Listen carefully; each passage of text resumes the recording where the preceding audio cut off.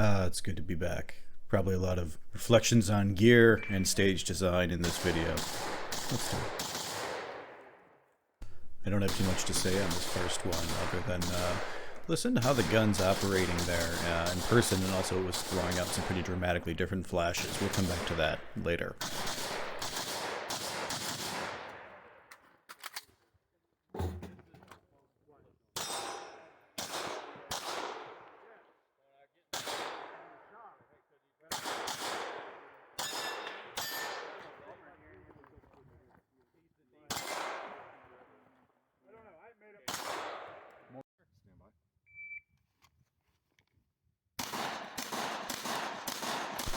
I won't lie, this stage will be kind of boring to watch here, so you might just want to skip forward about 90 seconds.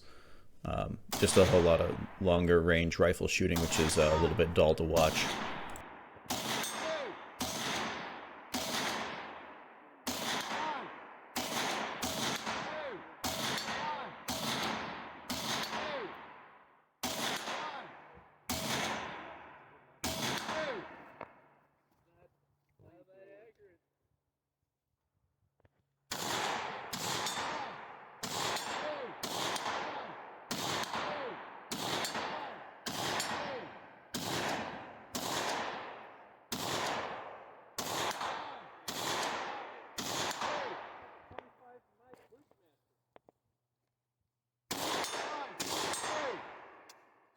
I was happy with that reload, though.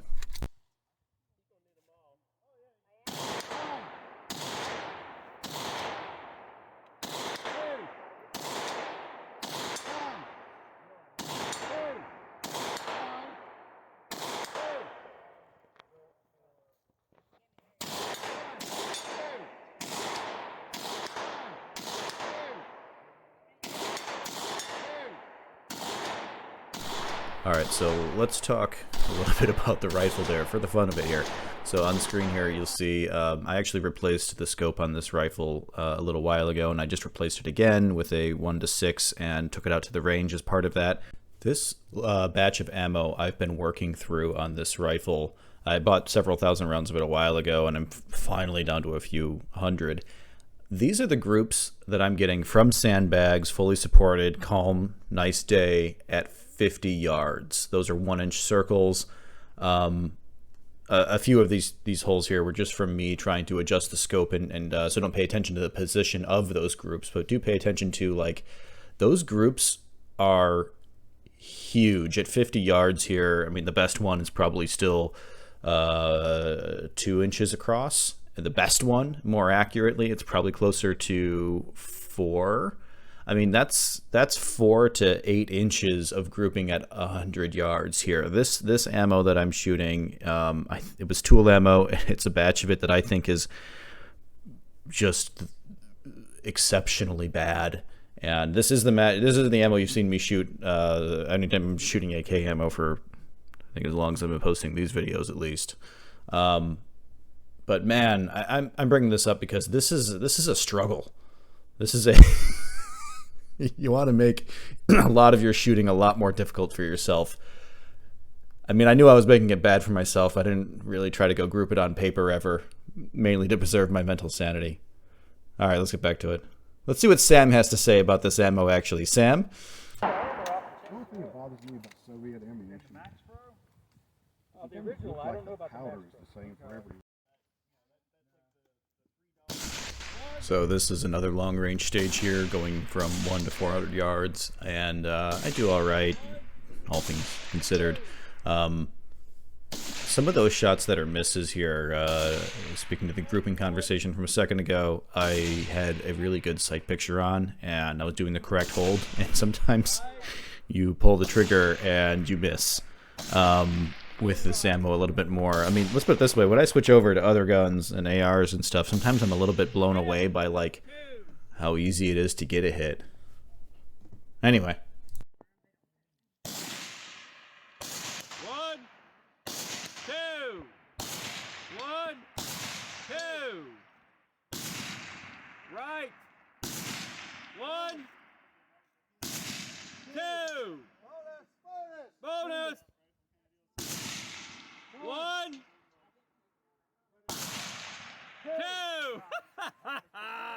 You see that first hit? That was nice. Very nice. That was nice. 1, 2. 1,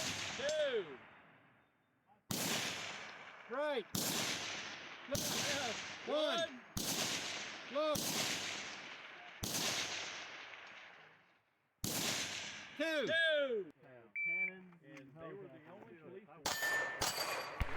And this last one was a nice, fun, close-range stage. I feel like I did well despite fumbling up a rifle reload a little bit there.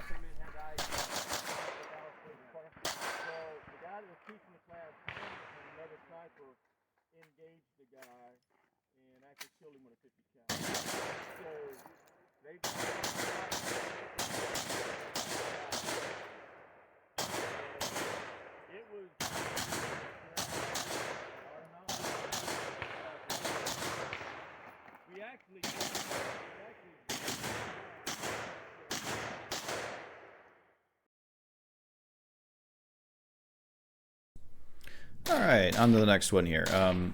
Christmas-themed match. I'm wearing a Christmas-themed sweater. I think the first thing I'd mention on this first stage is, so this match sometimes, and on some stages, recognizes like a Bravo scoring zone, which is a B zone on some of these targets here. Long story short, for people who aren't super familiar with it, it's not commonly used. And for sure, the people running this stage with me no one on my squad and for the entire match ever scored a single B zone, and that was because the people scoring didn't remember to even check for B zones. What are you gonna do?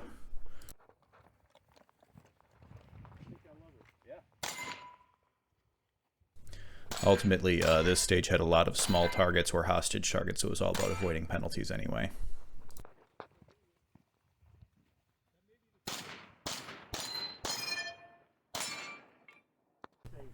Alright, so this stage started off with you walking, and they were supposed to surprise you at some random time with the starting beep, and then you were supposed to, while still moving, engage a target, and then you're supposed to go down here and literally read off a script that involved, grid coordinates, which are like 16 digits long here, and you're doing all that on the clock. And honestly, I think was a pretty bad idea, because doing it on the clock, a lot of people, frankly, either didn't read it, or didn't even try to read it, or just kind of did some bullshit. And since you're doing it on the clock, like, you ought to save an easy 15 seconds on this stage.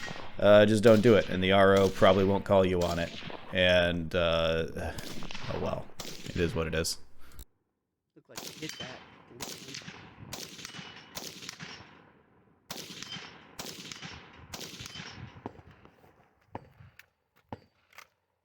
One more hopper.